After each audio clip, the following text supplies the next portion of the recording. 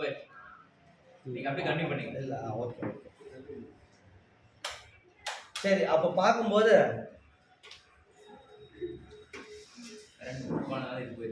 Bible படிக்கிறவங்க இந்த reference கையில் வச்சுக்கோங்க. சிஸ்டர்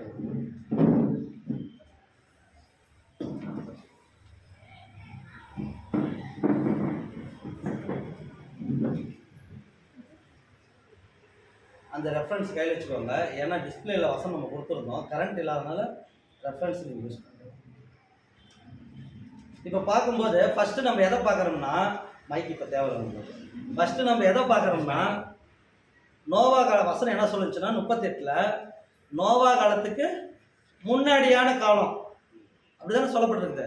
இப்போ நோவாவுக்கு முன்னாடியான காலம் அப்படின்றப்ப நோவாவுக்கு முன்னாடி எது வரைக்கும் நம்ம சொல்லலாம்? நோவாவுக்கு முன்னாடினா ஆதாம்லேருந்தே வரலாம், ஆதாம்லேருந்து இப்படி வரலாம். நோவாவுக்கு முன்னாடினாலே அது ஆதாம் காலத்துலேருந்து. அப்போ என்ன பிரச்சனைன்னு கேட்குறப்ப, இந்த நோவா காலத்தில் என்ன நடந்துச்சு நம்ம தெரிஞ்சுக்கணும்னா, நோவா காலத்தில் பற்றி பார்க்குறதுக்கு செட் ஆகாது. நோவாவுக்கு முன்னாடி அதான் வசனம் சொல்லுது, நோவா காலத்துக்கு முன்னாடி என்ன நடந்துச்சோ அதுலேருந்து நீங்கள் நோவா வரைக்கும் பார்த்தீங்கன்னா தான் என்ன புரியும், நோவா காலத்தில் ஏன் அழிச்சான்னு புரியும். அப்படி நீங்கள் நோவா காலத்தை மட்டும் பர்டிகுலராக நோவா இருந்த வருஷங்கள் மட்டும் பார்த்தீங்கன்னா நம்மளுக்கு புரியாது. அப்போ நோவா காலத்துக்கு முன்னாடி என்ன இருந்துச்சுன்னு பார்க்குறப்ப ஆதாம் வரைக்கும் நம்ம போகலாம். ஆதாம்லேருந்து நம்ம ஸ்டார்ட் பண்ணுறப்ப ஒரு கேள்வி, நான் வந்து எப்படின்னா பேர் சபையில் இருக்கிறப்ப, வெண்டிகா சபையில் இருக்கிறப்ப எங்கள் பாஸ்டரை பார்த்து நான் ஒரு கேள்வி கேட்டேன். அந்த கேள்வி தான் இன்ன வரைக்கும் எங்களுக்கு பேராக வச்சாரு. என்ன பேருன்னு கேட்டிங்கன்னா, காயினுக்கு மனைவி எங்கே கிடைச்சாங்கன்னு கேட்டேன். இது மணிக்கு தெரியும், இந்த கேள்வி நான் கேட்டேன். அதனால எங்கள் பாஸ்டர் இப்போ கேட்டால் கூட என்ன சொல்லுவார்னா, ராஜா வந்து காயினுக்கு மனைவி தேட போயிட்டாரு அப்படிதான் இன்ன வரைக்கும் சொல்லுவாங்க என்னை கேட்டால். அப்போ காயினுக்கு மனைவி எங்கே கிடைச்சாங்க அப்படின்ற ஒரு கேள்வி எனக்கு அப்போ பைபிள் படிக்கிறப்ப இருந்துச்சு. அதே தான் இப்போ நான் கேட்குறேன், காயினுக்கு மனைவி எங்கே கிடைச்சாங்க? நம்ம பதில் சொல்லலாம், காயினுக்கு மனைவி எங்கே கிடைச்சாங்க? சரி, வேதத்தில் பதிவிடப்பட்டிருக்குதா?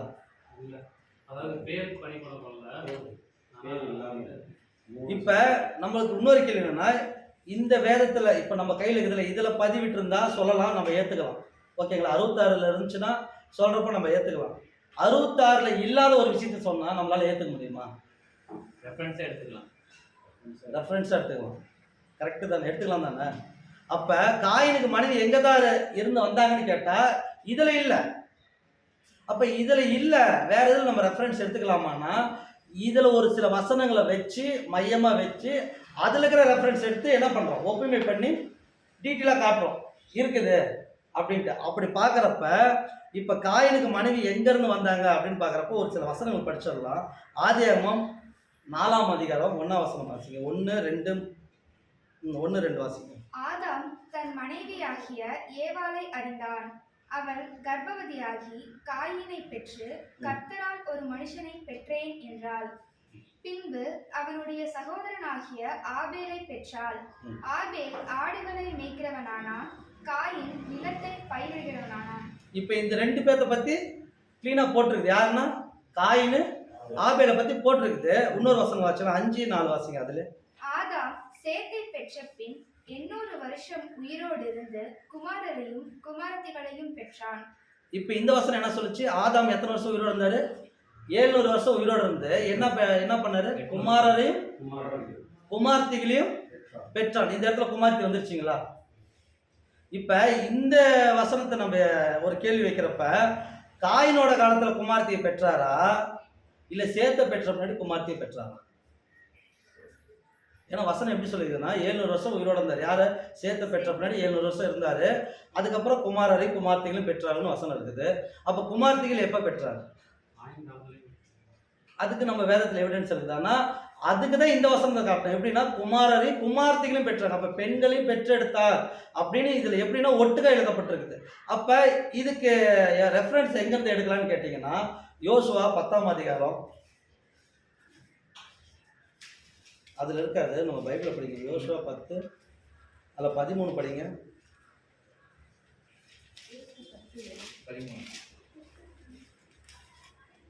உங்கள் பின்னாடி பாருங்க, அங்கே எழுத்துக்கிறேன் பின்னாடி வாசிக்கலாம்.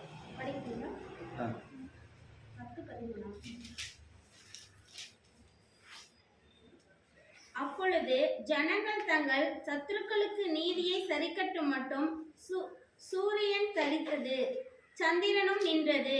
இது யாசேரின் புஸ்தகத்தில் எழுதி இருக்கிறவில்லையா? அப்படியே சூரியன் அஸ்தமிக்க தீவிரிக்காமல் ஏறக்குறைய ஒரு பகல் முழுதும் நடுவானத்தில் நின்றது.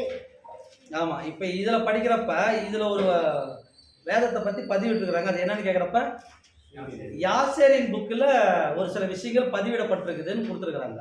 யாசேரி புக்குன்னா நீதியின் புஸ்தகம் அப்படின்னு நம்ம சொல்லலாம். அப்போ இது எது மையமாக வச்சு எடுத்துருக்குன்னு கேட்டிங்கன்னா, யாசேரின்னு ஒரு புக் இருக்குது. அந்த பிரதர் நம்ம இவரு ஃபோன் பண்ணுறாரு, அசோக் அவர் அப்படி பிக்கப் பண்ணி அப்போ பேசிட்டு மொபைல் கொடுக்குறாரு. அப்போ யாசேர் புக்குன்னு ஒன்று இருக்குது. அப்போ யாசேர் புக்கில் பதிவிடப்பட்டதும் அடுத்தது யூதா. அந்த சீட்டுக்கு பின்னாடி பாருங்க சிஸ்டர், அந்த சீட்டுக்கு பின்னாடி பாருங்க. யூதா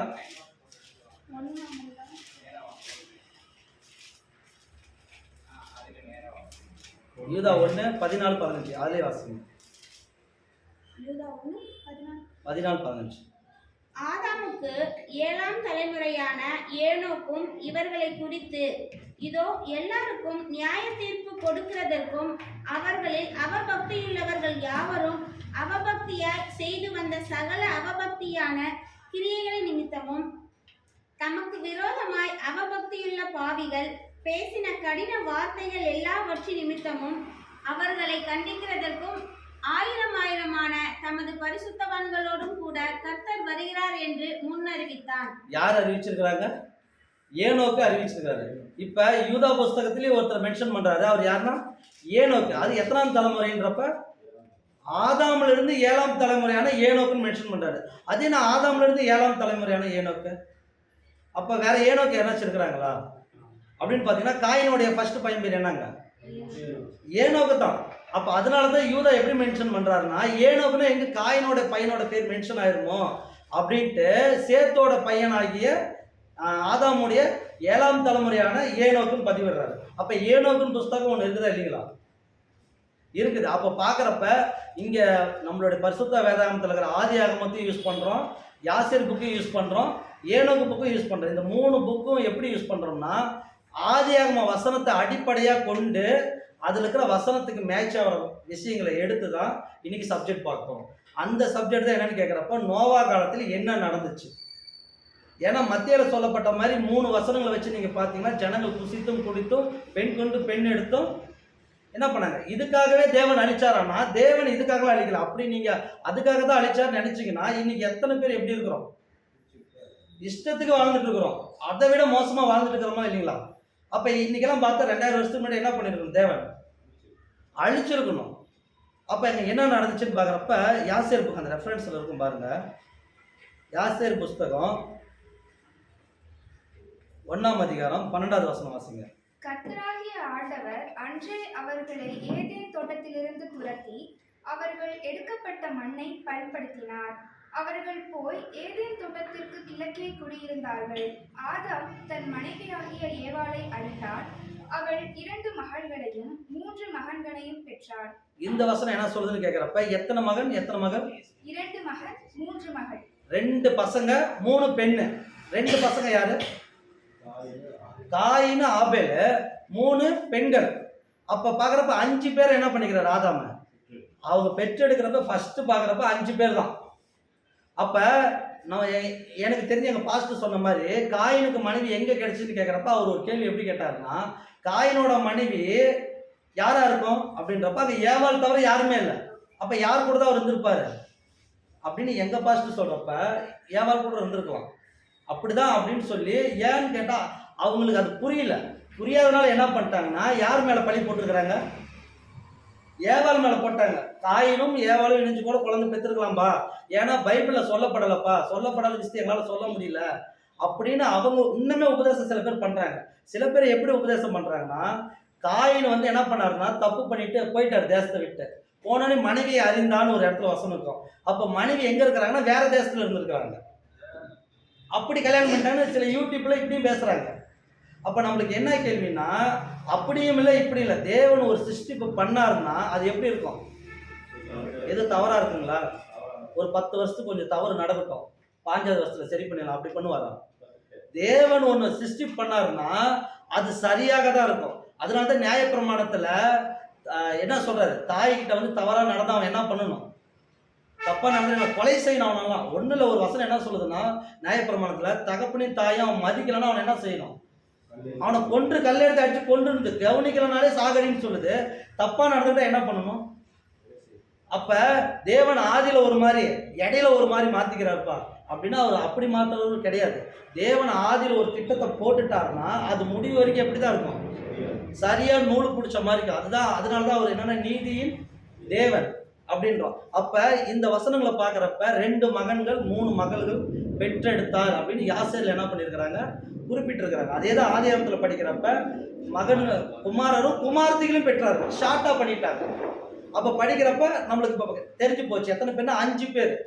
இப்ப 5 பேர் பெற்ற பின்னாடி அடுத்தது யாசேர் 13ஆம் வசனம் படிக்க 1:13. அவள் தன் முதல் பிறந்தவனுக்கு காயின் என்று பெயரிட்டு, கர்த்தரிடமிருந்து ஒரு மனிதனை பெற்றேன் என்று சொல்லி மற்றவனுக்கு ஆபேல் என்று பெயரிட்டாள். இப்ப இந்த வசனம் கிளியரா இருக்கு, அதுக்கு படிங்க. ஏனென்றால் நாங்கள் பூமிக்குள் மாயையாக வந்தோம், அதிலிருந்து மாயையாக எடுத்துக்கொள்ளப்படுவோம் என்று சொன்னாள். ஆமா, சொல்லி இங்க 2 பேரை தான் மென்ஷன் பண்ணிருக்கிறாரு. காயின் ஆபேல் பேரை மட்டும் தான் மென்ஷன் பண்ணிட்டாங்க. இதுல இன்னொரு கேள்வி என்னன்னு கேட்டீங்கன்னா, வேதத்துல நீங்க படிச்சு பார்த்தீங்கன்னா இயேசு கிறிஸ்துவோட பிறப்பை பற்றி பார்த்துருப்போம். அதுல யார் யார் பெற்றாங்கன்னு எப்படி ஜென்ஸ் பேர் போட்டிருக்குமா லேடிஸ் பேர் போட்டிருக்குமா? அதிகமா ஜென்ஸ் பேர் தான் அதிகமா பதிவிடு. ஏன்னு கேட்டீங்கன்னா தகப்பனுடைய வழியில வரவங்களை மட்டும்தான் இங்க என்ன பண்ணும், லிஸ்ட் எடுக்கப்படும். அம்மா வழியில வர்றது என்ன பண்ணாது, லிஸ்ட்ல வராது. அப்போ பாக்குறப்ப ஆதாமில் இருந்து தான் கணக்குல வரும், ஏவாள் கணக்குல வருமானா வராது. அதனால தேவன் என்ன பண்ணிட்டாருன்னா 3 பெண்களை 2 ஆண்களை அப்பே வந்துட்டாங்கன்னு பாக்குறோம். அப்ப இந்த விஷயத்தை பாக்குறப்ப ஆதியாகமம் 4:2 வாசிங்க. பின்பு அவனுடைய சகோதரனாகிய ஆபேலை பெற்றாள். ஆபேல் ஆடுகளை மேய்க்கிறவன் ஆனான், காயின் நிலத்தை பயிரிடுகிறவன் ஆனான்.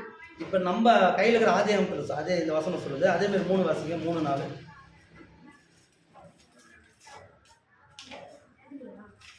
பைபிள்ல எதுல வாசிங்க, பைபிள். சில நாள் சென்ற பின் காயின் நிலத்தின் கனிகளை கர்த்தருக்கு காணிக்கையாக கொண்டு வந்தான். 4 வாசிங்க.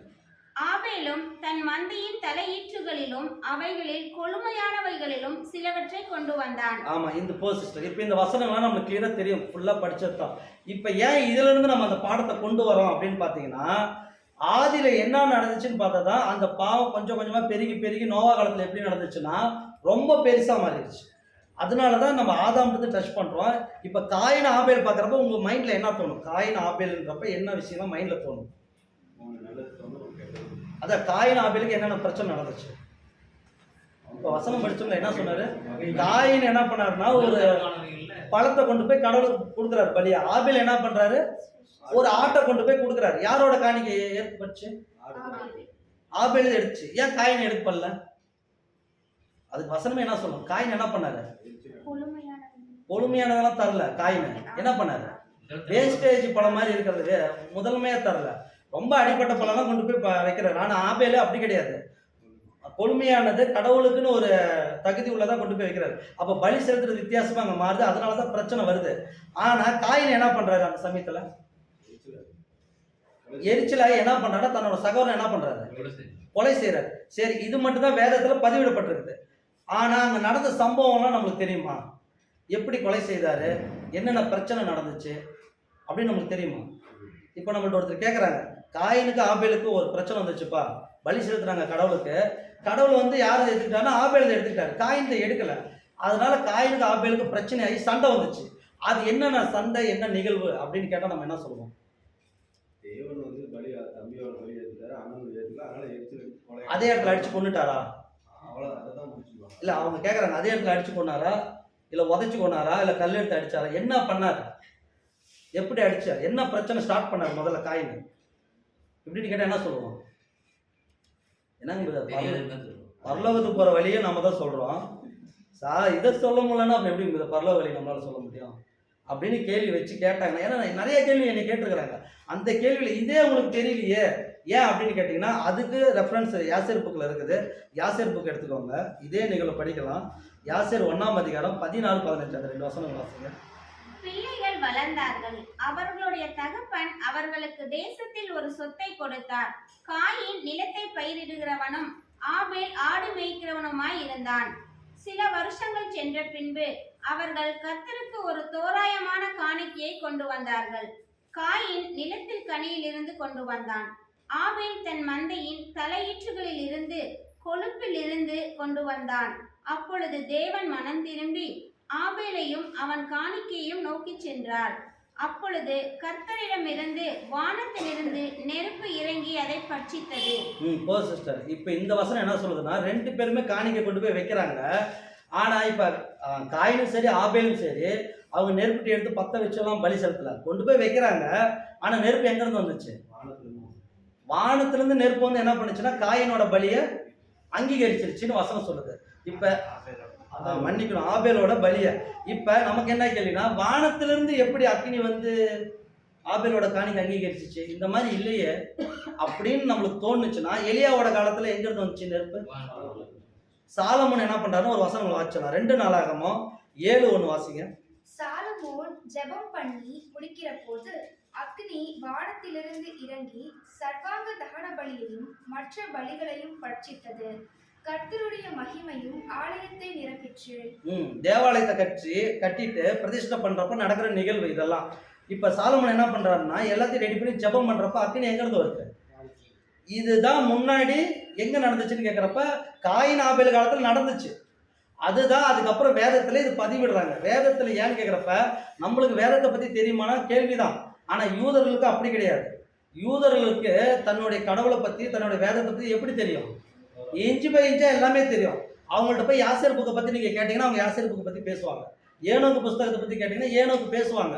நமக்கு தான் ஒரு மேக்சிமம் தெரியாது, 100க்கு 80% தெரியாது, 20% தெரியும். ஆனால் அவங்களுக்கு 100க்கு 95% தெரியும். 5% மட்டும்தான் ஏதோ ஒன்று மாறி இருக்கும். அப்போ பார்க்குறப்ப இந்த அக்னி எங்கேருந்து வந்துச்சு? வானத்தில். ஆபேலுடைய காலத்திலே நடந்த நிகழ்வு தான் அதுக்கப்புறம் சாலமோனை காலத்தில் நடக்குது, அதுக்கப்புறம் எலியா காலத்திலையும் நடக்குது. அப்படி பார்க்குறப்ப இந்த சம்பவத்தை நம்ம பார்க்குறோம். அடுத்தது ஒரு வசனம் வச்சலாம். ஆதியாகமம் 4ஆம் அதிகாரம் 5லேருந்து 16 வரைக்கான வசனங்கள். கரெக்டாக பார்த்தீங்கன்னா 5லேருந்து 16 வரைக்கும் அப்படியே 1 by 1 வாசிங்க. இது நீங்கள் எல்லாரும் கேளுங்க கவனமா. காயினையும் அவன் காணிக்கையையும் அவர் அங்கீகரிக்கவில்லை. அப்பொழுது காயினுக்கு மிகவும் எரிச்சல் உண்டாகி அவன் முகநாடி வேறுபட்டது. அப்பொழுது கர்த்தர் காயினை நோக்கி, உனக்கு ஏன் எரிச்சல் உண்டாயிற்று? உன் முகநாடு ஏன் வேறுபட்டது? நீ நன்மை செய்தால் மேன்மை இல்லையோ? நீ நன்மை செய்யாதிருந்தால் பாவம் வாசற்படியில் படுத்திருக்கும். அவன் ஆசை உன்னை பற்றி இருக்கும். நீ அவனை அண்டு கொள்வாய் என்றார். காயின் தன் சகோதரனாகிய ஆபேலோடே பேசினான். அவர்கள் வயல்வெளியில் இருக்கும் சமயத்தில் காயின் தன் சகோதரனாகிய ஆபேலுக்கு விரோதமாய் எழும்பி அவனை கொலை செய்தார். கர்த்தர் காயினை நோக்கி, உன் சகோதரனாகிய ஆபேல் எங்கே என்றார். அதற்கு அவன், நான் அறியேன், என் சகோதரனுக்கு நான் காவலாளியோ என்றார். அதற்கு அவர், என்ன செய்தாய்? உன் சகோதரனுடைய இரத்தத்தின் சத்தம் பூமியிலிருந்து என்னை நோக்கி கூப்பிடுகிறது. இப்பொழுது உன் சகோதரனுடைய இரத்தத்தை உன் கையிலே வாங்கிக் கொள்ள தன் வாயை திறந்த இந்த பூமியில் நீ சபிக்கப்பட்டிருப்பாய். நீ நிலத்தை பயிரிடும் போது அது தன் பலனை நீ உனக்கு கொடாது. நீ பூமியில் நிலையற்று அலைகிறவனாய் இருப்பாய் என்றார். அப்பொழுது காயின் கர்த்தரை நோக்கி, எனக்கு இட்ட தண்டனை என்னால் சகிக்க முடியாது. இன்று என்னை இந்த தேசத்திலிருந்து துரத்தி விடுகிறீர். நான் உமது சமூகத்துக்கு விலகி மறைந்து பூமியில் நிலையற்று அலைகிறவனாயிருப்பேன். என்னை கண்டுபிடிக்கிறவன் எவனும் என்னை கொன்று போடுவானே என்றார். அப்பொழுது கர்த்தர் அவனை நோக்கி, காயினை கொல்லுகிற எவன் மேலும் 7 பழி சுமரும் என்று சொல்லி, காயினை கண்டுபிடிக்கிறவன் எவனும் அவனை கொன்று போடாதபடிக்கு கர்த்தர் அவன் மேல் ஒரு அடையாளத்தை போட்டார். அப்படியே காயின் கர்த்தருடைய சந்நிதியை விட்டு புறப்பட்டு ஏதேனுக்கு கிழக்கான நோத் என்னும் தேசத்தில் குடியிருந்தான். போதும். இப்போ பார்க்குறப்ப இந்த வசனம் நம்மளுக்கு ஃபுல்லாகவே தெரியும்.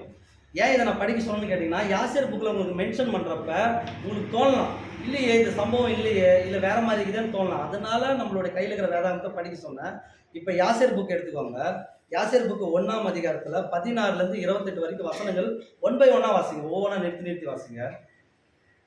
கர்த்தர் காயினை காயினையும் அவன் காணிக்கையும் நோக்கி செல்லவில்லை. அவன் காணிக்கையை செலுத்தவும் இல்லை. ஏனென்றால் அவன் நிலத்தின் தரித்திரமான கனியிலிருந்து கர்த்தருக்கு முன்பாக கொண்டு வந்தான். இதற்காக காயின் தன் சகோதரன் ஆபேலின் மேல் பொறாமைப்பட்டு அவனை கொல்ல ஒரு சாக்கு போக்கை தேடினான். சிறிது காலத்திற்கு பிறகு காயினும் அவன் சகோதரன் ஆபேலும் ஒரு நாள் தங்கள் வேலையை செய்ய வயலுக்கு சென்றார்கள். அவர்கள் இருவரும் வயலில் இருந்தார்கள். காயின் தன் நிலத்தை உழுது கொண்டிருந்தான்.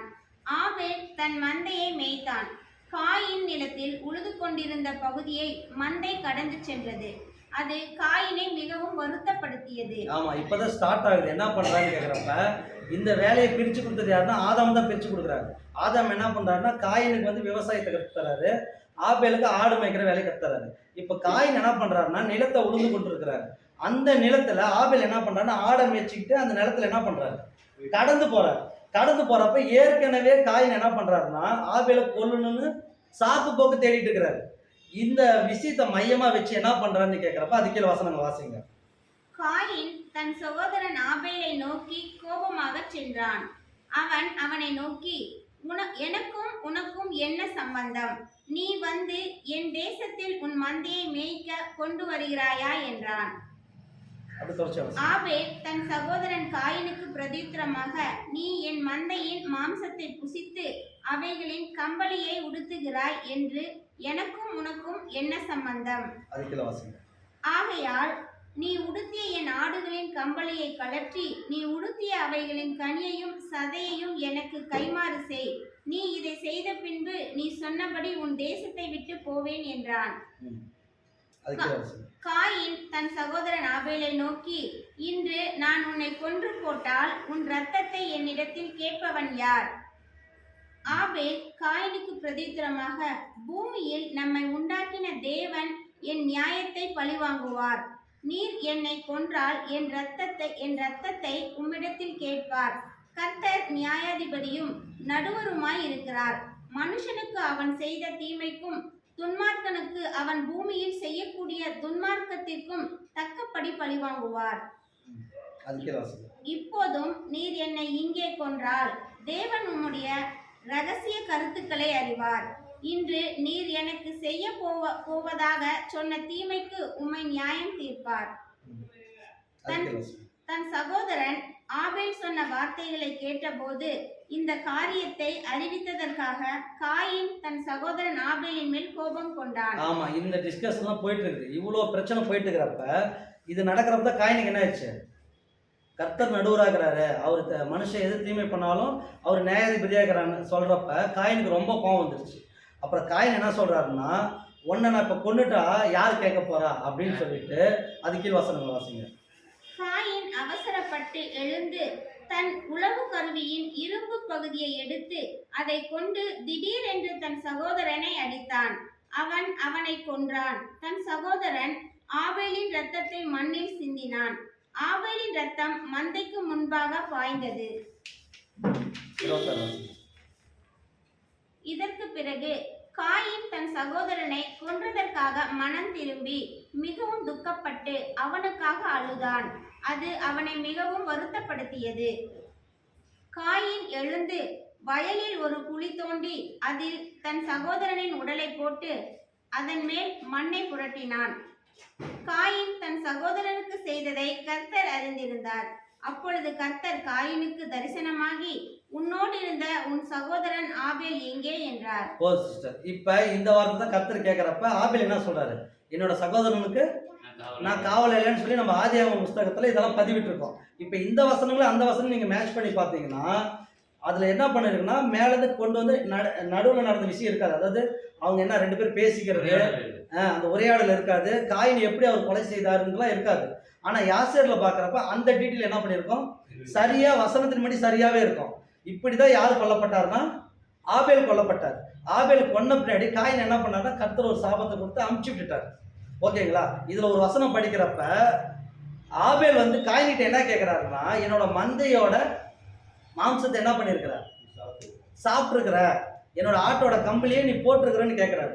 சரி, ஆட்டுக்கறி ஆதாம் காலத்துல சாப்பிட்டாங்களா நோவா காலத்துல சாப்பிட்டாங்களா? கறிகள் சாப்பிட்டது எப்ப? நம்ம கையில் இருக்கிற வேதம் என்ன சொல்றது? நோவா கிட்ட என்ன சொல்றாரு? ஜலப்பிரளயம் வந்து அழிஞ்ச பின்னாடி எல்லா மிருகத்துக்கும் உங்களை பார்த்தா ஒரு பயம் வரும், ஓகேங்களா? அதெல்லாம் சொல்லிட்டு நீங்க என்ன பண்ணுங்க, மாம்சத்தை புசிங்க, அதோட ரத்தத்தை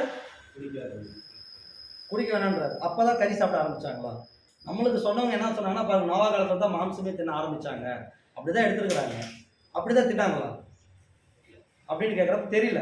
இது கீழே வர வசனங்கள் நம்ம கன்ஃபார்ம் பண்ணிடலாம். இது உங்களுக்கு என்னென்ன டவுட் இருந்துச்சோ இதெல்லாம் கொஞ்சம் கொஞ்சமாக அதை கிளியர் பண்ணிடலாம். இப்போ பார்க்குறப்ப இந்த சம்பவம் பார்க்குறப்ப ஆபேல் காயினை பார்க்குறப்ப ஆபேல் பலி செலுத்தின விதமே முதல்ல தப்பு. யார்?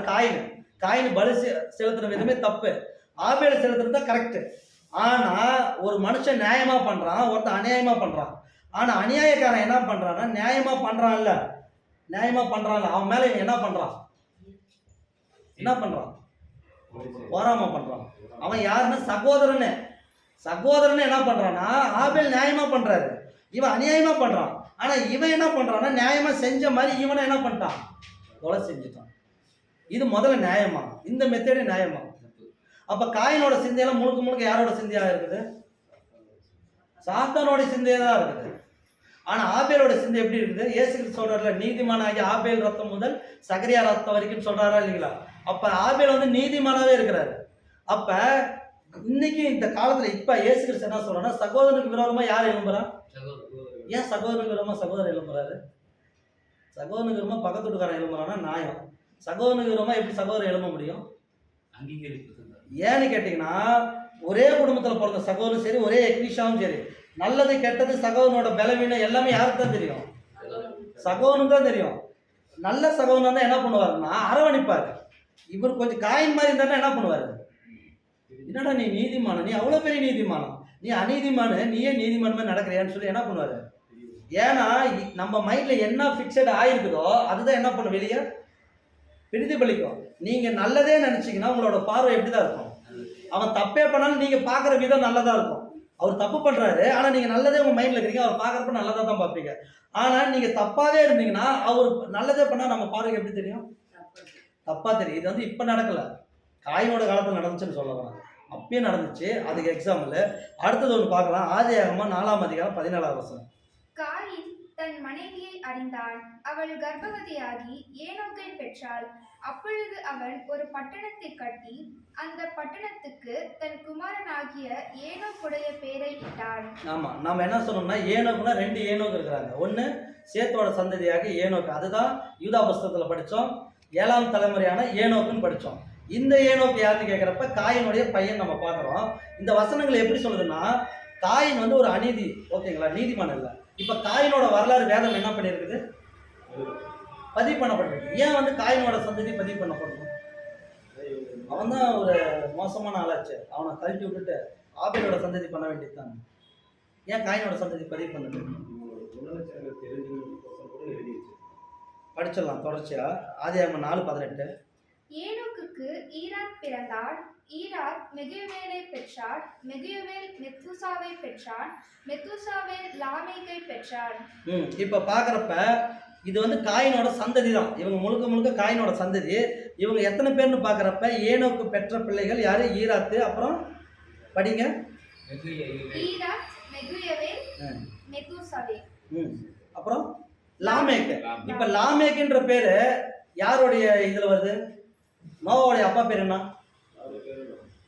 அவர் பேரும் லாமேக்கு தான், இவர் பேரும் லாமேக்கு தான். இந்த பேர்களை நீங்க சரியா பிரிச்சுக்கிட்டீங்கன்னா என்னென்ன பிரச்சனை நடந்துச்சு நம்ம கிளியரா புரிஞ்சிடும். அப்ப பாக்குறப்ப இங்க எத்தனைனா ஏனோக்கு, ஈராத்து, அப்புறம் மெகியேலு, மெத்துசலா, லாமேக். மொத்தம் எத்தனை பேருங்க? எத்தனை பசங்க? 1 2 5 பேருங்களா?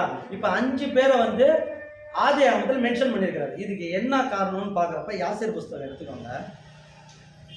1ஆம் அதிகாரம் 34 இருந்து 35 2 வசனங்கள் வாசிங்க. அந்த நாட்களில் காயின் தன் மனைவியை அறிந்தான், அவள் கர்ப்பவதியாகி ஒரு மகனை பெற்றாள். அவனுக்கு ஏனோக் என்று பெயரிட்டு, அந்த நாட்களில் கர்த்தர் பூமியில் அவனுக்கு இளைப்பாறுதலையும் அமைதியையும் கொடுக்க தொடங்கினார் என்றான். அந்த நேரத்தில் காயினும் ஒரு நகரத்தை கட்டத் தொடங்கினான். அவன் அந்த நகரத்தை கட்டி தன் மகனின் பெயரின்படியே அந்த நகரத்திற்கு ஏனோக்கு என்று பெயரிட்டான். ஏனென்றால் அந்த நாட்களில் கர்த்தர் அவனுக்கு பூமியில் இளைப்பாறுதலை கொடுத்திருந்தார். அவன் ஆதியில் இருந்தது போல அசைந்து அலையவில்லை. அதாவது கர்த்தர் என்ன சொல்றாருன்னா, அவருக்கு ஒரு சாபம் விட்டார். யாருக்கு? காயினுக்கு. அந்த சாபத்தின்படி அவன் அந்த டைம்ல இல்லை, கொஞ்சம் ரெஸ்ட்ல இளைப்பாறுதல் பண்ணி அங்கே வாழ்ந்துட்டு இருந்தான். யாருடைய காலத்துல? ஏனோக்குடைய காலத்துல. நம்ம வேதத்துல படிக்கிறப்ப என்ன சொல்லப்பட்டுச்சுன்னா, ஏனோக்கை பெற்ற பின்னாடி காயின் என்ன பண்ணான்னா நகரத்தை கட்ட ஆரம்பிச்சிட்டான்னு வசனம் இருக்கும். ஓகேங்களா? ஏனோக்கு பிறந்த உடனே அவர் நகரத்தை கட்டிட்டாரா அப்படின்னா அது அப்படி இல்லை, அது அப்படி வராது. ஏன்னு கேட்டா காயினு அவரோட மனைவி ஏனோக்கு 3 பேர் தான் இருக்கிறாங்க. நகரத்தை கட்ட முடியுமா? கட்ட முடியாது. அப்ப இந்த வசனங்கள் ஷார்ட்டா எப்படி சொல்லுதுன்னா, லாமேக் வரைக்கும் பிறந்திருக்கிறாங்க. ஒரு ஊரு, ஒரு கூட்டம் இருந்திருக்கு. அந்த கூட்டத்துக்கு அவர் ஊரை உருவாக்கி அப்பதான் ஏனோக்குன்ற பேர் இட்டார். அதனால ஆதியாகமத்துல எல்லாமே என்ன பண்ணிருக்குன்னா ஷார்ட்டா சொல்லப்பட்டிருக்குது. மற்றதுல பாக்குறப்ப அது ஒரு டீட்டெயில கொடுத்துருக்கோம், வாசிக்கலாம். இப்ப என்ன பண்ணிட்டாங்கன்னா நம்ம யாரை பத்தி பார்க்க போறோம்னா, கடைசியா யாரு பேர்னா லாமேக்குன்னு ஒருத்தர் இருக்கிறார். ஓகேங்களா? அந்த லாமேக்கை மட்டும் தான் இப்ப பார்க்க போறோம். வசனங்கள் வாசிச்சிடலாம். ஆதியாகமம் 4ஆம் அதிகாரம் 19வது வசனம். லாமேக்கு 2 ஸ்திரீகளை விவாகம் பண்ணினான். ஒருத்திக்கு ஆதாள் என்று பேர், மற்றொருத்திக்கு சில்லாள் என்று பேர். இப்ப ஏன் இந்த லாமேக்கு நம்ம பார்க்கறோம்னா, இந்த லாமேக் வந்து காயினோட சந்ததி. காயினோட சந்ததி முதல்ல ஒரு டீட்டெயில் புரிஞ்சுக்கலாம். புரிஞ்சுக்கிட்டா கடவுள் சித்தமான வேற பாடத்துல நம்ம சேத்தோட சந்ததி டீட்டெயிலாம் பார்க்கலாம். இப்போ என்ன பண்ணான்னா இந்த லாமேக்கை பத்தி தான் வேதத்துல மெயினா குறிப்பிட்டிருக்குது. எப்படி குறிப்பிட்டிருக்குதுன்னா, அவருக்கு 2 மனைவி இருந்திருக்குதுன்னு. ஏன் ஏனோக்கு 2 மனைவி இருந்துச்சுன்னு குறிப்பிடல? ஈராத்துக்கு இருந்துச்சுன்னு ஏன் குறிப்பிடல?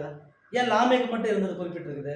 வேதத்துல ஒரு விஷயம் எழுதுச்சுன்னா முதல்ல கேள்வி வைக்கணும். ஏன் இவருக்கு மட்டும் சொல்லிச்சு, அவருக்கு ஏன் சொல்லல அப்படின்ட்டு. அப்ப லாமேக்கு மட்டும் ஏன் 2 மனைவிகள் அப்படின்னு பாக்குறப்ப அது கீழ் வசனம் மட்டும் வாசிங்க.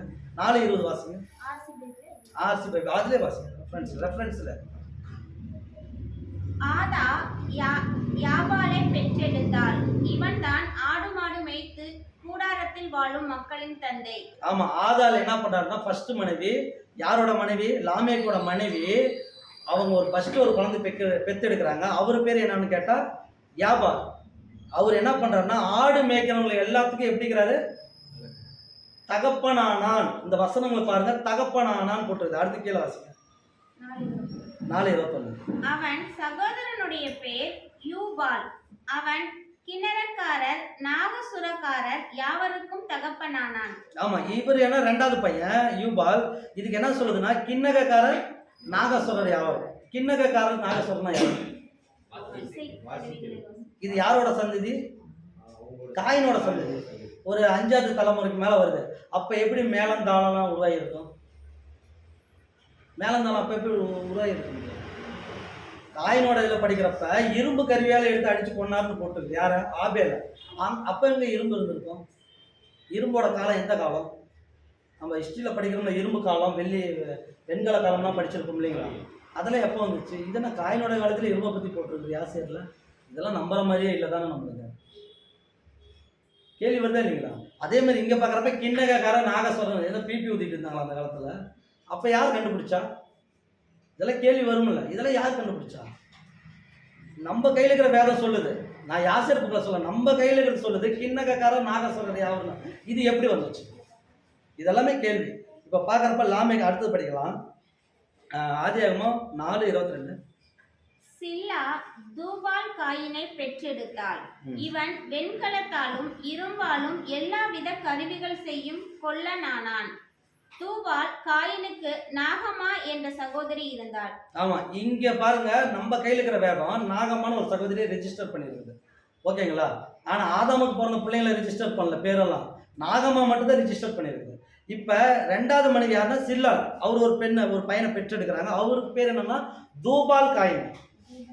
இவங்க தாத்தா பேர் என்ன? காயின். இவர் பேர் தூபால் காயின். ஓகேங்களா? அப்ப ஏன் இந்த மாதிரிலாம் பேர் பதிவேடு பண்ணணும்? ஏன் சில்லாளுக்கு இவங்களுக்குலாம் பேர் பதிவேடு பண்ணணும்? இவர் என்ன பண்ணான்னு கேட்டார்னா, நம்ம கையில் இருக்கிற வேற என்ன சொல்றதுன்னா, வெண்கலத்தினாலும் இரும்பினாலும் எல்லா விதமான கருவிகள் செய்யும் கொல்லனானான்னு சொல்லுது. யாசேர் புக்கில் இரும்பு வந்துச்சு, நம்ம நம்பல. இப்ப நம்ம கையில் இருக்கிற வேதத்துல வந்துருச்சா வெண்கல இரும்பு? எங்க ஆதாம் காலத்துல வெண்கல இரும்பெல்லாம் வந்துச்சு? நம்ம கேட்கறது கரெக்டுங்களா இல்லைங்களா? கரண்ட் வேற இல்லை, ரொம்ப வேக்காடாக இருக்கும். அப்போ என்னன்னா வேதத்தில் எல்லாம் சரியாக குறிப்பிட்டிருக்குது. நம்ம என்ன பண்ணுறோம்னா நம்மளுக்கு எவ்வளோ படித்தோமோ எவ்வளோ தெரிஞ்சோ அதை வச்சு அதுக்குள்ளார இருக்கிறோம். ஆனால் ஆராய்ச்சின்னு ஒன்று பண்ணுறப்ப தான், ஓ இதெல்லாம் இருந்திருக்குது முன்னாடி, இதெல்லாம் எப்படி இவங்களுக்கு தெரியும்? இதுதான் இனிமேட்டு கேள்வி, இதுதான் பாடம். இதுதான் நோவா காலத்தில் என்ன நடந்துச்சுன்னு இயேசு கிறிஸ்து சொல்கிறாரு. புசித்தும் குடித்து பெண் கொண்டு பெண் எடுத்துனா அது நம்மள மாதிரி தண்ணி வாங்கி குடிச்சிக்கிட்டு கல்யாணம் பண்ணுறது கிடையாது. புசித்து குடித்துனா வேற, பெண் கொண்டு பெண் எடுத்துனா யார் எடுத்தா யார் கட்டிக்கிட்டான், இதுதான் அந்த கேள்வி. அப்போ பார்க்குறப்ப இன்னொரு வசனம் வச்சலாம். ஆதியாகமம் 5:2 வாசிங்க. 5:12 சிஸ்டர். கேனான் 70 வயதான போது மகலாலேயாளை பெற்றான். இப்போ இந்த மகளாலே யாருன்னு கேட்குறப்ப சேத்தோட சந்ததி. இந்த லாமேக்கு கல்யாணம் பண்ணாருங்களா ஆதாள் சில்லார், இவங்க யாருன்னு கேட்குறப்ப இந்த கெனானோடைய பிள்ளைங்க. யாருன்னா சேத்தோடைய வர்க்கத்தில் வர பிள்ளைங்களும் காயினோட வர்க்கத்தில் வர லாமேக்கு என்ன பண்ணாருன்னா கல்யாணம் பண்ணுறாங்க. அவங்க தான் ஆதாள் சில்லார். இது வசனங்களை வாசிச்சிடலாம். யாசேர் புஸ்தகம் 2ஆம் அதிகாரம் 16ஆம் வசனம். கேனானின் பிள்ளைகளின் நாமங்களாவன: முதல் பிறந்த மக்லாலேயேல், இரண்டாவது ஏனான், மூன்றாவது மேரேத். அவருடைய சகோதரிகள் ஆதா, சில்லா. இவர்கள் கேனானுக்கு பிறந்த 5 குமாரர். இப்போ யாசேர் பார்க்குறப்ப கெனானுக்கு பிறந்த நாமங்கள் கரெக்டாக போட்டிருக்குது. ஒன்று மகையேல், ரெண்டாவது யார் ஏனான், மூன்றாவது மேரேத். அப்புறம் அவர்களுடைய சகோதரி ஆதா, சில்லா. இவர்கள் யாருக்குன்னா கெனானுக்கு பிறந்தவர்கள்னு போட்டிருக்குது. இந்த கெனான் யாருன்னா சேத்தோட சந்ததி. நீங்கள் ஆதியாகமத்தில் படிச்சாலும் உங்களுக்கு தெரிஞ்சிடும். அப்போ இந்த 2 பிள்ளைங்களை யார் கல்யாணம் பண்ணிட்டாங்கன்னா காயினோட சந்ததியில் வர லாமேக்கு கல்யாணம் பண்ணிட்டார். இவங்களுக்கு பிறந்த குழந்தைக்கு தான் அந்த நாகஸ்வரர், அந்த இரும்பு தொழில், அப்புறம் ஆடு மேய்க்கிறவங்களுக்கு தகப்பனானார்னு போட்டிருக்குது.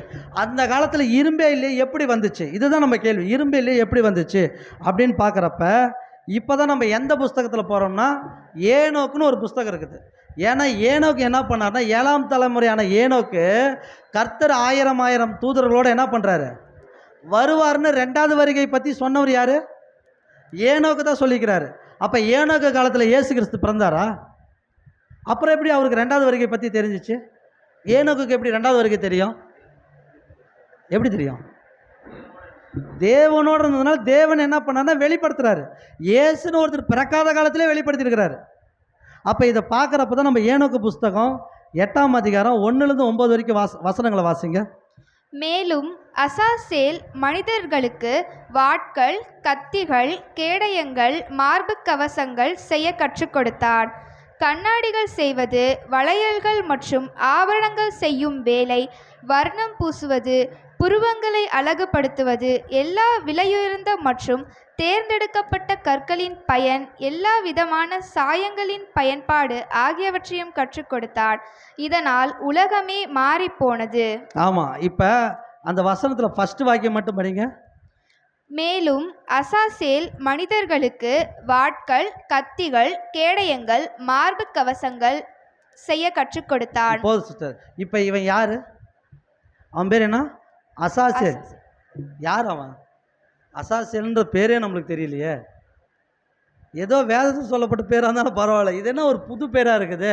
இவர் என்ன பண்ணார்னா வாள், கத்தி, கேடயம் என்ன பண்ணிக்கிறாருன்னா மனிதர்களுக்கு கற்றுக் கொடுத்தாராம். மனிதர்களுக்கு கற்றுக் கொடுத்தாராம். அப்போ இவர் யாராக இருக்கணும்? மனிதர்னு பேர் வந்தால் இவன் யாராக இருக்கணும்? அவன் மனுஷனாக இருக்கக்கூடாது. மனிதருக்கு மேற்பட்டவர் யார்?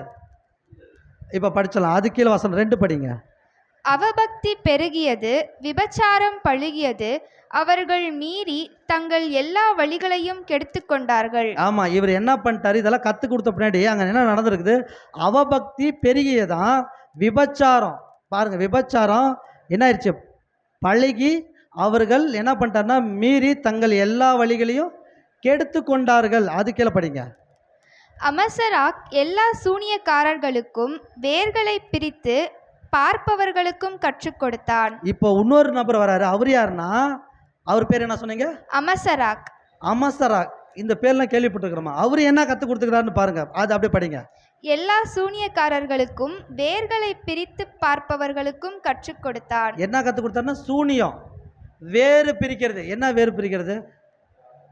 அப்படின்னா மரத்தை வச்சு மர வேர்களை வச்சு சூனியம் எப்படி செய்வது அப்படின்னு என்ன பண்ணிக்கிறாரு, கற்றுக் கொடுத்துக்கிறார். இவங்களாம் யாருன்னு பார்த்துடலாம். அதுக்கில் வசனம் வாசிங்க. அர்மஸ் சூனியத்தை கலைக்கும் விதத்தை கற்றுக் கொடுத்தான். அர்மஸ் என்ன பண்ணிட்டாரு, சூனியத்தை கலைக்கிற விதத்தை கற்றுக் கொடுத்துட்டாரு. இன்னைக்கு கொல்லிமல்ல போனீங்கன்னா ஒருத்தர் சூனி வைக்கிறதுக்கு இருக்கிறான், ஒருத்தர் கலைக்கிறதுக்கு இருக்கிறானா இல்லையா? அப்போ இவனுங்க 2 பேர் யார், பங்காளி முறையாவது. இவங்களை பற்றி அப்புறம் பார்ப்போம். அடுத்தது படிங்க. பர்க்கையால் நட்சத்திரங்களை கவனிப்பவர்களுக்கு கற்றுக் கொடுத்தான். யார் இவரு? பர்க்கையால். பர்க்கையாஸ் என்ன பண்ண, நட்சத்திரங்களை கணிக்கிறது. நட்சத்திரத்தை வச்சு ஜோதிடம் பார்க்குறோம் இல்லைங்களா, இந்த நட்சத்திரம் வந்தால் இவன் அப்படி இப்படின்னு. அந்த இதில் யார் கொடுத்தாங்கன்னா அது ஒருத்தர் கொடுத்துருக்கிறாரு, கற்றுக் கொடுத்துருக்கிறாரு. அடுத்தது படிங்க. அகிபேல் அடையாளங்களை கற்றுக் கொடுத்தான். அகிபேல் என்ன பண்ணாருன்னா அடையாளத்தை கற்றுக் கொடுத்தார். வானத்தில் இயேசு கிறிஸ்து ஒரு இடத்துல சொல்றாரு, வானத்து தோற்றங்களை வச்சு உங்களால் கண்டுபிடிக்க முடியுதுன்னு கேட்குறாரா? அடுத்தது படிங்க கீழே. தமியேல் வானவியலை கற்றுக் கொடுத்தார். தமியேல் என்ன பண்ணாருன்னா வானவியலை கற்றுக் கொடுத்தார். அது கீழே. அசரத்தேல் சந்திரனின் இயக்கத்தை கற்றுக் கொடுத்தார். அசரத்தில் என்ன பண்ணாருன்னா சந்திரனுடைய இயக்கத்தை, சந்திரன் இந்த இடத்துல இருந்து இது வரைக்கும் வரப்போ அது என்ன காலங்கள் என்ன நேரங்கள் கற்றுக் கொடுத்துருக்கிறாரு. அடுத்து 9. மனிதர்கள் அழிக்கப்பட்ட போது கூக்குரலிட்டார்கள், அவர்களுடைய சத்தம் பரலோகம் வரை எட்டியது. இது எங்கன்னா நோவா காலத்தில் அழிக்கிறப்ப ஜனங்கள் என்ன பண்ணாங்கன்னா கூக்குரல் இட்டு பரலோகம் வரைக்கும் எட்டிடுது அப்படிதான் நம்மளுக்கு தோணும். அது அப்படி கிடையாது. இவ்வளோ பாவங்கள் செஞ்ச பின்னாடி இந்த அக்கிரமங்கள்லாம் எங்கே போகுதுன்னா கடவுளுடைய சமூகத்துக்கு போகுது. ஒன்றும் இல்லை, எகிப்தில் 400 வருஷம் அடிமையாக இருந்தாங்களா, அவங்களோட கூக்குரல் எங்கே போணுச்சு, தேவனுடைய சமூகத்துக்கு போணுச்சு. அவ்வளோ தூரமாக கத்துனாங்க அப்படின்னா அவளோட அக்கிரமம் தேவனோட பார்வைக்கு எட்டுனுச்சு. ரொம்ப அக்கிரமாயிருச்சு, ரொம்ப பாடுபட்டாங்க. அதே தான் இங்கேயும் நடந்துச்சு. அது கீழே இப்போ இந்த வசனங்களை பார்க்குறப்ப எத்தனை தூதர்களை பார்த்தோம்னா 8 பேரை பார்த்தோம். 8 தூதர்கள் பேர் கொடுக்கப்பட்டுச்சு. இப்போ இந்த 8 தூதர்கள் எப்போ வந்தாங்க, எப்படி வந்தாங்க? மனுஷர்களுக்கு இவங்க தானே கற்றுக் கொடுத்தாங்க. கத்தி செய்கிறது, சூனியம் பண்ணுறது, புருவத்தை அழகப்படுத்துவதான். பாருங்கள், புருவத்தை அழகப்படுத்துவது. நாம் நினைக்கிறேன் இன்றைக்கி தான் பியூட்டி பார்லர் ஆரம்பித்தாங்கன்ட்டு.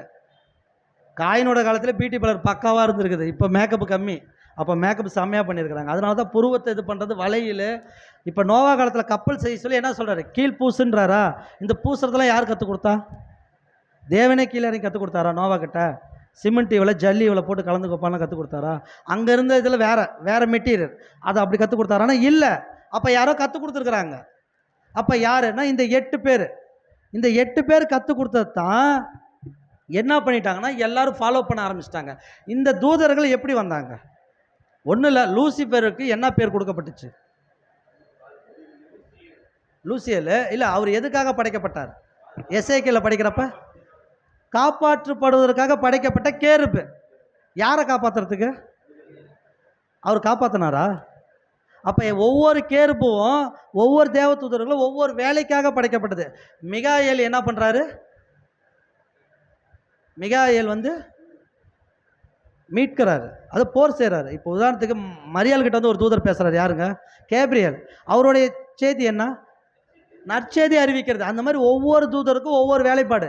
அப்போ இந்த தூதரும் என்ன பண்ணிட்டாங்கன்னா இந்த வேலைப்பாடுக்காக இல்லை, இவங்களுக்கு கொடுக்கப்பட்டதை மனிதர்களுக்கு ஆப்போசிட்டாக என்ன பண்ணிட்டாங்க, கற்றுக் கொடுத்துட்டாங்க.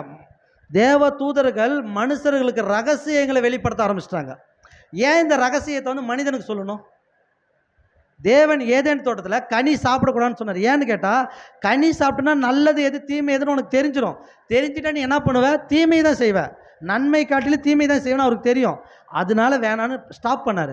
ஆனால் இந்த விழுந்து போன தூதர்கள் என்ன பண்ணாங்கன்னா எதெல்லாம் தீமையாக வருமோ அதெல்லாம் என்ன பண்ணிட்டாங்க, கற்றுக் கொடுத்தாங்க. யாரோட சந்ததி கற்றுக் கொடுத்தாங்க?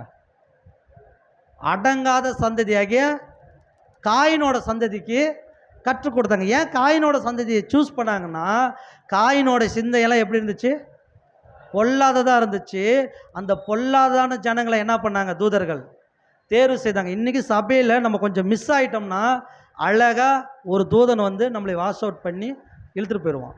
அதுக்கு எக்ஸாம்பிள் தான் இது. இப்போ பார்க்கலாம் தூதர்கள் எப்படி வந்தாங்கன்னு பார்க்குறப்ப ஆதியாகமம் புஸ்தகம் எடுத்துக்கோங்க. 6:1 வாசிங்க. ஆதியாகமம் 6:1.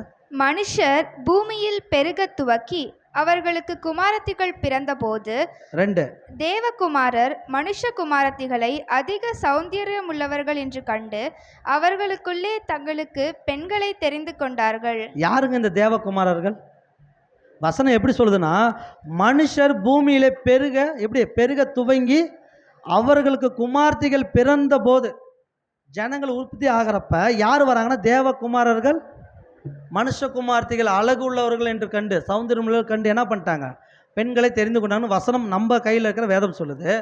இப்போ நமக்கு என்ன கேள்வி, யார் இந்த தேவகுமாரர்கள்? யார்? சேத்தோட சந்ததியா? சொல்லலாம், டக்குன்னு சொல்லுங்கள், இதுக்கே டைம் போயிடுச்சு.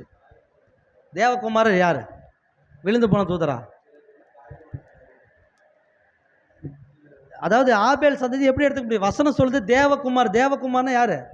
அது வசனம் வாச்சலாம். ஏனோக்கு புஸ்தகம் 6ஆம் அதிகாரம் 1லேருந்து 15 வரைக்கும் வசனங்கள் நிறுத்தி வாசிங்க.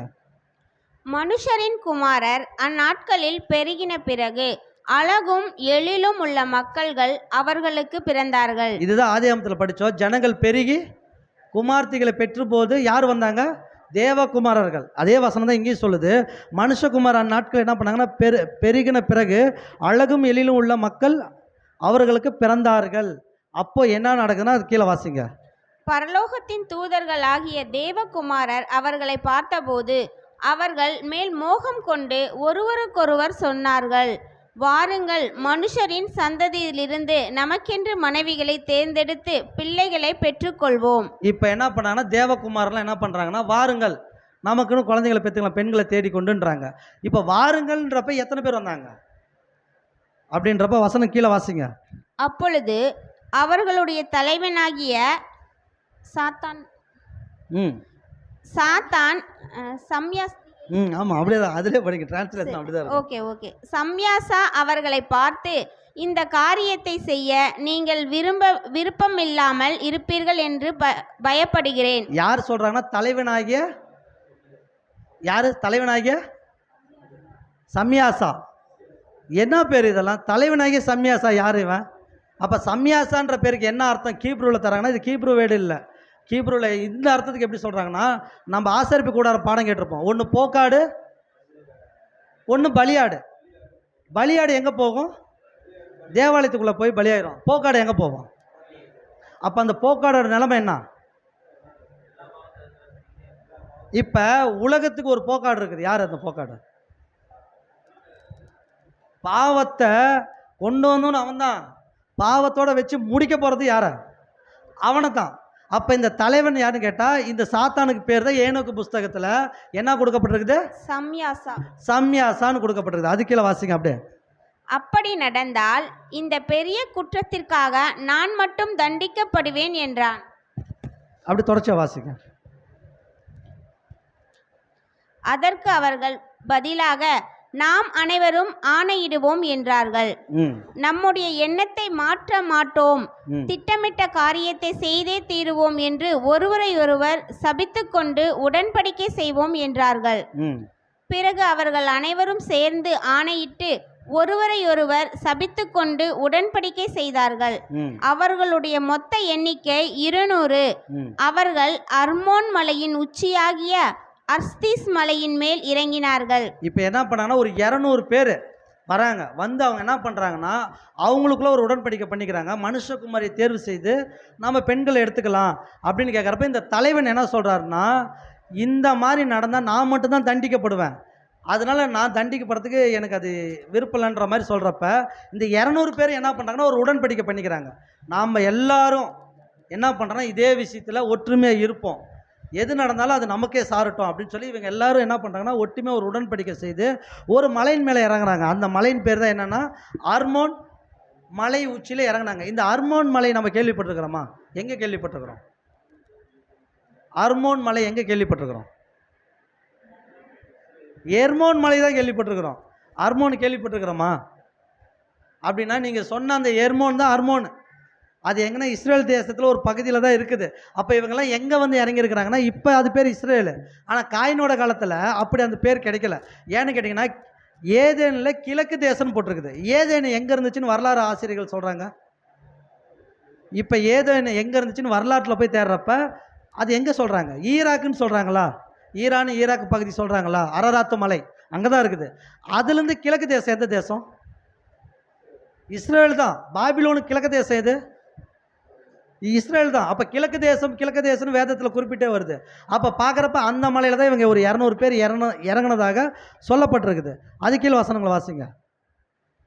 அவர்களுடைய தலைவர்களின் பெயர்கள் இவை: சம்யாசா, அவன் அவர்களுடைய தலைவன். இது சாத்தான். அடுத்தது உரக பரமேல், ம் அகிபேல், ம் தமியேல், ம் ரமுவேல், ம் தானியேல், ம் அஸ்கேல், ம் சரக்கினியாஸ், ம் அசேல், அர்மர்ஸ், ம் பத்ரால், ம் அனானே, ம் சாவேபே, சம்சாவேல், ம் ஏர்டேல், ம் துரேல், யோமியேல், ம். அரசியால். இவர்கள் அந்த 200 தூதர்களின் தலைவர்கள். எத்தனை பேர் தலைவராக செலெக்ஷன் ஆயிருக்கிறாங்க? 200 பேர்த்துல எத்தனை பேர் செலெக்ஷனு? 18 17ங்களா? அது கீழே எழுதிருப்போம் பாருங்க. 18 பேர் என்ன பண்ணிட்டாங்கன்னா செலெக்ஷன் ஆயிருக்கிறாங்க. எத்தனை? 200 பேர்த்துக்கு இந்த 18 பேர் தலைவர்கள் மாதிரி. அதில் மெயினான தலைமை யார்? அந்த சம்யாசா, சாத்தான். சாத்தான் சொல்கிறவன் அதுக்கு மெயினான தலை. இவங்கெல்லாம் சேர்ந்து தான் அது கீழே வசனங்களை படிங்க.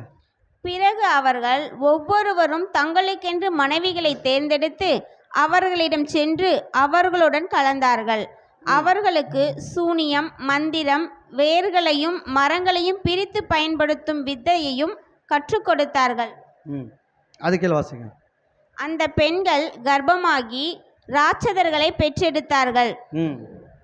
இப்போ பார்க்கும் பொழுது இந்த இதெல்லாம் கற்றுக் கொடுத்தவன் யாரு? இந்த தூதர்கள் தான் என்ன பண்ணிட்டாங்கன்னா யாரோட சந்ததியில் போய் கற்றுக் கொடுத்துருக்குறாங்க? காயினோட சந்ததியில் போய் இவ்வளோ விஷயங்கள் கற்றுக் கொடுத்து அந்த ஃபேமிலியெல்லாம் என்ன பண்ணிட்டாங்க? ஆக்கிரமிப்பு பண்ணி வச்சுக்கிட்டு அவங்க மூலியமா இவங்க எல்லாம் இதை செஞ்சாங்க. அப்போ செய்கிறப்ப பூமியில் எவ்வளோ அக்கிரமம் நடந்திருக்கும்? அது கீழே வசனங்கள் அப்படியே வாசிச்சிருங்க. அவர்களுடைய உயரம் தலா 300 முழம். மனிதர்களின் உழைப்பால் உற்பத்தியான எல்லாவற்றையும் அவர்கள் விழுங்கினார்கள். அவர்களுக்கு உணவு கொடுக்க முடியாத அளவுக்கு ஆனது. பிறகு அவர்கள் மனிதர்களுக்கு எதிராக திரும்பி அவர்களை விழுங்க ஆரம்பித்தார்கள். பறவைகள், மிருகங்கள், ஊரும் பிராணிகள், மீன்கள் ஆகியவற்றை துன்புறுத்த ஆரம்பித்தார்கள். ஒன்றின் மாமிசத்தை ஒன்று சாப்பிட்டு இரத்தத்தையும் குடித்தார்கள். இப்போ இது பார்க்குறப்ப அந்த ராட்சசர்களுக்கு மனுஷரே சாப்பிட ஆரம்பிச்சிட்டாங்க. மனுஷர் சாப்பிட்ருப்பாங்களா? சாப்பிட்ருக்க மாட்டாங்களா ராட்சசர்கள் அப்படின்னு கேட்டிங்களா? இன்றைக்கும் ஒரு காட்டுவாசிங்களாம் இருக்கிறாங்க. அந்த காட்டுவாசிங்க என்ன பண்ணுறாங்க? மனிதர்களை பார்த்தா சாப்பிட்றாங்களா இல்லைங்களா? அப்போ இந்த ராட்சசர்கள் என்ன பண்ணாங்கன்னா தேவகுமாரர்களுக்கு பிறந்த பிள்ளைங்க, மனுஷர்களுக்கு தேவகுமாரர்களுக்கு பிறந்த பிள்ளைங்க தூதர்களுக்கும் இவங்க ரொம்ப ஹைட்டு.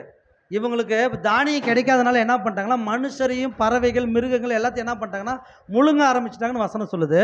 அதுக்கப்புறம் வசனம் என்ன சொல்லுதுன்னா அவங்க மாம்சத்தை மட்டும் சாப்பிட்டதில்ல, ரத்தத்தையும் என்ன பண்ணிட்டாங்க? ரத்தத்தை இப்போ குடிக்கிறாங்களா இல்லைங்களா? நம்ம பார்த்துருக்குறோமா இல்லையா? எத்தனை பண்டிகையில் ரத்தத்தை குடிக்கிறாங்க, ஆட்டு ரத்தத்தெல்லாம். இதே தான். இதெல்லாம் எங்கேருந்து வந்துச்சு இந்த பாரம்பரியம் அப்படின்னு கேட்டிங்கன்னா இதெல்லாம் இப்போ 100-200 வருஷம்லாம் கிடையாது. அதெல்லாம் காயினுடைய காலத்திலே உருவானது தான். அப்போவே விழுந்து போன தூதர் நிறையா விஷயத்தை கற்றுக் கொடுத்துட்டாங்க. அதனால் ஆண்டவர் என்ன சொல்கிறார்? நோவா காலத்தில் என்ன நடந்ததோ அப்படியே என்ன சொல்கிறார்? அப்படியே மனுஷகுமார காலத்தில் என்ன பண்ணோம்? நடக்கப்படுன்றார். அது என்ன? நோவா காலத்தில் நடந்ததெல்லாம் மீண்டும் என்ன பண்ணுறாரு? அப்போ அது புதுசாக பழசா? பழசு தான் புதுசாக வரப்போகுது. நமக்கு பார்வைக்கு அது புதுசு, ஆனால் தேவனுடைய பார்வைக்கு அதெல்லாம் பழைய விஷயம். நம்ம தான் ஐயோ இது பண்ணுறாங்களா அதை பண்ணுறாங்களான்னு நினைப்போம். அதெல்லாம் தேவனோட பார்வைக்கு ஆதீனத்தில் நடந்த ஒரு திட்டம்னு பார்க்குறோம். இப்போ பார்க்குறப்ப ரத்தத்தையும் குடித்தார்கள்னு இருக்குது. ஆனால் நோவா கிட்ட என்ன சொல்கிறாரு? அழிச்ச பின்னாடி, ஜலத்தினால் அழிச்ச பின்னாடி என்ன சொல்கிறாரு? எல்லா மிருகத்தையும் உங்களுக்கு நான் ஆகாரமாக கொடுக்குறேன், அதோட மாமிசத்தை சாப்பிடு, அதோட ரத்தத்தை ஆதியாகமம் 6:4 படிங்க, வசனத்தை படிச்சிடலாம். அந்நாட்களில் ராட்சதர் பூமியிலே இருந்தார்கள். பின்பு தேவகுமாரர் மனுஷகுமாரத்திகளோடே கூடுகிறதினால் இவர்கள் அவர்களுக்கு பிள்ளைகளை பெற்றபோது இவர்களும் பூர்வத்தில் பெயர் பெற்ற மனுஷராகிய பலவான்கள் ஆனார்கள். இப்போ இந்த வசனத்தில் பார்க்குறப்ப அந்த நாட்களில் ராட்சசர்கள் இருந்தார்களாம். எந்த நாட்களில்? அந்த நாட்களில் ராட்சசர்கள் பூமியில் இருந்தார்கள். பின்பு இதுதான் ஹைலைட்டு, பின்பு தேவகுமாரர் மனுஷகுமார்த்தினால் கூடுகிறதுனாலே இவர்கள் அவர்களுக்கு பிள்ளைகளை பெற்றபோது இவர்களும் பூர்வத்தில் பேறு பெற்ற மனுஷரானார்கள் வசனம் இருக்குது. அப்போ தேவகுமாரர்களுக்கு பிறந்த பிள்ளைகளுக்கு முன்னாடியே யார் இருந்திருக்கிறாங்கன்னு சொல்லுது? அப்படிதானே சொல்லுது வசனம்? இல்லை நான் ஏதோ மாற்றி படிச்சிட்டேனா? அப்படிதானே சொல்லுது. என்ன இது? அதுக்கு முன்னாடி எப்படி ராட்சசர்கள் இருந்திருக்க முடியும்? தேவகுமார் மனுஷகுமார் சேர்ந்து பிறந்தாங்களா? ஓகே.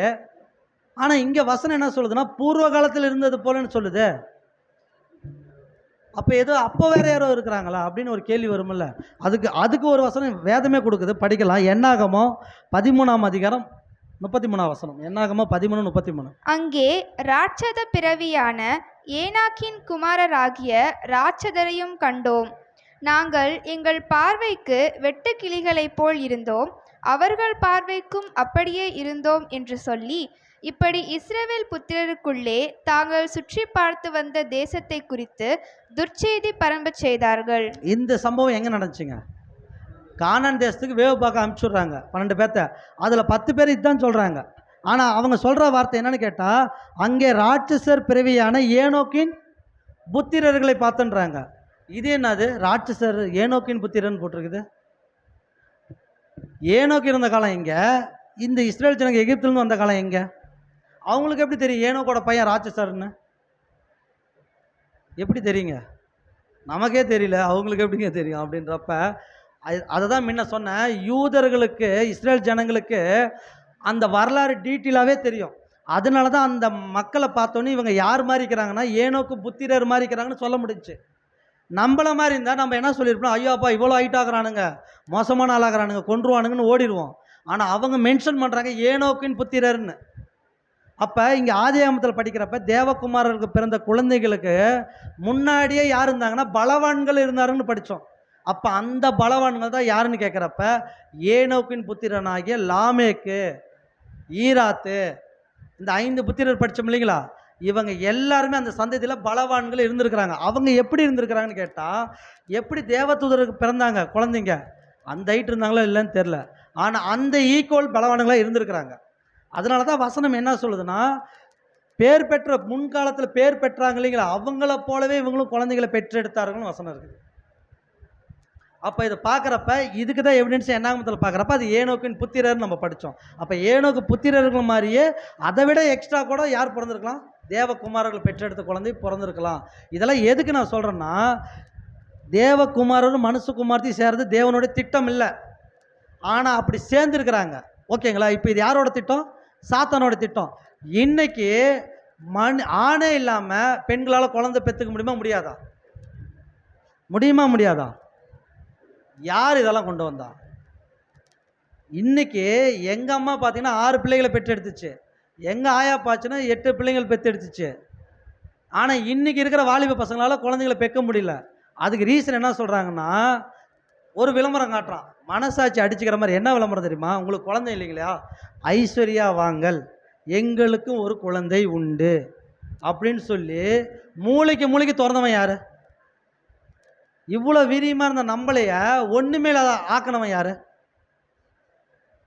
ஏன்னு கேட்டிங்கன்னா, மனுஷனும் மனிதர்களும் தான் சேரணும், ஆதாம் ஏவாள் தான் சேரணும். இதுதான் தேவனோட திட்டம். அந்த திட்டத்தை கொலாப்ஷன் பண்ணவன் யார்? இப்போ டெஸ்ட் பேபி உருவாக்கணும் எவன்?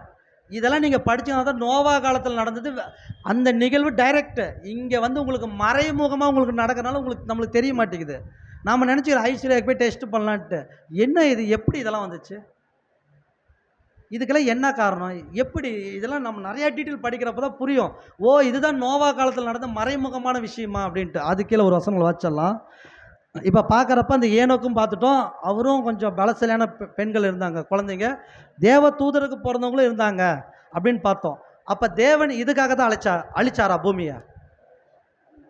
கேள்வி என்னன்னா, ஒன்று அழகு சாதன பொருட்கள், விபச்சாரம் எல்லாம் வந்துருச்சு. அடுத்து தேவ தூதர்களுக்கு பெண்கள்லாம் பிறந்தாங்க. இதற்காகவே தேவன் அழிச்சாரா பூமியை? அப்படின்னா கிண்ணகக்கார நாகஸ்வரம்லாம் சொன்னோம். கிண்ணகக்கார நாகஸ்வரம்லாம் யாருன்னு கேட்டால், அவங்க மேலவாதிகள் வாசிக்கிறவங்க. இன்றைக்கி மேலவாதிங்க வாசிக்கிறவங்க யார்? எந்த இடத்துல இருக்கிறாங்க? கோயிலில் தானே இருக்கிறாங்க. அப்போ விக்கிரக வழிபாடு எப்பயே வந்துருச்சுன்னா, அப்பயே வந்துருச்சு. தேவதூதர் கற்றுக் கொடுத்துட்டான், மரத்தை வணங்குறியா வணங்கு, மோளம் அடித்து டான்ஸ் ஆடுறியா ஆடு, எல்லாத்தையும் அப்பயே கற்றுக் கொடுத்துட்டான். இப்போ நடந்த விஷயம் அல்ல. அதுக்கே ஒரு வசனம் வாசிக்கலாம். உன்னை இவங்க என்னென்ன பாவம் பண்ணாங்கன்னு ஆதியாகமம் 6ஆம் அதிகாரம் 5ஆம் வசனம் சொல்லுது. ஆதியாகமம் 6:5 வாசிங்க. மனுஷனுடைய அக்கிரமம் பூமியிலே பெருகினது என்றும் அவன் இருதயத்தின் நினைவுகளின் தோற்றமெல்லாம் நித்தமும் பொல்லாததே என்றும் கர்த்தர் கண்டு, அது கீழே தாம் பூமியிலே மனுஷனை உண்டாக்கினதற்காக கர்த்தர் மனஸ்தாபப்பட்டார். அது அவர் இருதயத்துக்கு விசனமாயிருந்தது. அப்படியே 7 வாச்சிருங்க. அப்பொழுது கர்த்தர், நான் சிருஷ்டித்த மனுஷனை பூமியின் மேல் வைக்காமல் மனுஷன் முதற்கொண்டு மிருகங்கள், ஊரும் பிராணிகள், ஆகாயத்து பறவைகள் பரியந்தமும் உண்டாயிருக்கிறவைகளை நிக்கிரகம் பண்ணுவேன். நான் அவர்களை உண்டாக்கினது எனக்கு மனஸ்தாபமாயிருக்கிறது என்றார். இப்போ ஆதியாகமம் 6ஆம் அதிகாரத்தில் 7ஆம் வசனத்தை கண்டிப்பாக நம்ம கவனமாக படித்தே ஆகணும். அந்த ஒரு வசனம் ஏன்னு கேட்டிங்கன்னா, அப்பொழுது கர்த்தர், நான் சிருஷ்டித்த மனுஷனை பூமியின் மேல் வைக்காமல் மனுஷன் முதற்கொண்டு மிருகங்கள், ஊரு பிராணிகள், ஆகாயத்து பறவைகள் பரியந்தமும் உண்டாக்குகிறத நிக்கிரகம் பண்ணுவேன். நான் அவைகளை உண்டாக்கினது எனக்கு மனஸ்தாபன்றார். நம்ம கேட்குற கேள்வி என்னன்னா, மனுஷன் தானே தப்பு பண்ணான்? மனுஷன் தானே, மனுஷனை அழிக்க வேண்டித்தானே? அது என்ன பறவை விலகெல்லாம் அழிக்கிறாரு? அது ஏதோ தப்பு பண்ணிச்சா? அது அக்கடான அதோட வேலை தானே பார்த்துட்டு இருந்துச்சு. இது நியாயமே இல்லையே. அப்படி தானே நம்மளுக்கு தோணும். யாசேர் புஸ்தகத்தில் 4ஆம் அதிகாரம் 18, 19 அந்த 2 வசனங்கள் வாசிங்க. அவர்களுடைய நியாயாதிபதிகளும் ஆட்சியர்களும் மனுஷகுமாரத்திகளிடம் சென்று தங்கள் விருப்பப்படி தங்கள் கணவர்களிடமிருந்து தங்கள் மனைவிகளை பலவந்தமாக எடுத்துக்கொண்டார்கள். என்ன பண்ணாங்கன்னா, நியாயாதிபதிகள், இந்த நியாயாதிபதிகள் யார் அப்படின்னா, யாருடைய நியாயாதிபதினு போட்டிருக்குன்னா அவர்களுடைய நியாயாதிபதிகள். இதை பற்றி டீட்டெயிலாக ஒரு தடவை பார்ப்போம். இவங்க என்ன பண்ணிட்டாங்கன்னா, கணவர் கூட இருந்த மனைவிகளை, பொண்டாட்டி புருஷனாக இருந்தவங்கள, அந்த மனைவிகளை எடுத்துக்கொண்டு என்ன பண்ணாங்க? அதுக்கே வாசிங்க. அந்த நாட்களில் மனுஷகுமாரர் பூமியின் கால்நடைகளிலிருந்தும் வயல்வெளி மிருகங்களிலிருந்தும் ஆகாயத்து பறவைகளிலிருந்தும் எடுத்து கர்த்தருக்கு கோபமூட்டும்படி ஒரு இனத்தை சேர்ந்த விலங்குகளின் கலவையை மற்றொன்றுடன் கற்பித்தார்கள். தேவன் பூமி முழுவதையும் பார்த்தார், அது கெட்டுப்போனது. ஏனென்றால் பூமியில் உள்ள அனைத்து மாம்சங்களும், எல்லா மனிதர்களும், எல்லா விலங்குகளும் அதன் வழிகளை கெடுத்துவிட்டன. இப்போ என்ன பண்ணிட்டானுங்கன்னா, இந்த பசங்கெல்லாம் சேர்ந்து மிருகத்தவே என்ன பண்ணிட்டானுங்க? ஒரு இனத்தை சேர்ந்த வேறொரு இனத்தோடு என்ன பண்ணிட்டாங்க? தவறுதலாக பண்ணி தேவனுடைய திட்டத்தை என்ன பண்ணிட்டானுங்க? கொலாப்ஷன் ஆக்கிட்டானுங்க. எப்போ? அப்போவே ஆக்கிட்டானுங்க. யார்? இந்த விழுந்து போன தூதர்கள். இவங்களுக்கு எவ்வளோ கொலை வெறின்னு சொல்லுவாங்களோ, நம்ம எவ்வளோ வெறி இருந்தால் தேவனுடைய திட்டம் சிருஷ்டிப்பிலேயே அப்போ தான் உருவாகிட்டு வருது. அப்போவே இவனுங்க என்ன பண்ணிட்டானுங்கன்னா, பயங்கர அருவறுப்பாக இந்த பூமியை மாற்றிட்டானுங்க. இதை மாற்றினால தான் கர்த்தர் என்ன சொல்கிறார் ஆதியாகமத்தில் படிக்கிறப்ப, அதாவது ஊரும் பிராணிகள் முதல் கொண்டு படைச்சது எனக்கு எப்படி இருக்குது? எல்லாமே சீர்கெட்டு போச்சு.